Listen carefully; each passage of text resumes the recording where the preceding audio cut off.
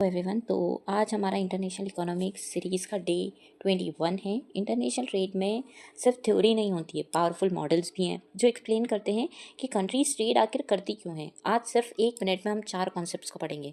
पहला है Kemp model.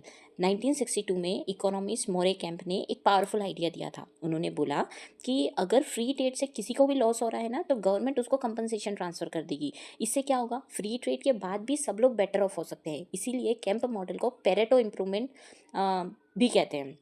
एक मेमोरी ट्रिक से याद कर सकते हैं, कैम्प कंपनसेशन, दोनों में जो स्टार्टिंग में है वो सेम वो आ रहा है, प्रोनाउंसिएशन आ रहा है, कैम्प कंपनसेशन। ठीक है। सेकेंड है इंट्रा इंडस्ट्री ट्रेड मॉडल।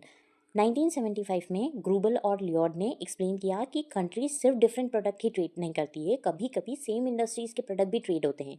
एक एग्जांपल जैसे कि जर्मनी जो है वो कार एक्सपोर्ट भी कर रहा है और जापान भी कार एक्सपोर्ट करता है, यानी कार के बदले कार ट्रेड हो रही है। इसको कहते हैं इंट्रा इंडस्ट्री ट्रेड। ठीक है। अब थर्ड है हमारा क्रुगमैन ट्रेड मॉडल। 1979 में पोल क्रुगमैन ने न्यू ट्रेड इंडस्ट्री को इंट्रोड्यूस किया था।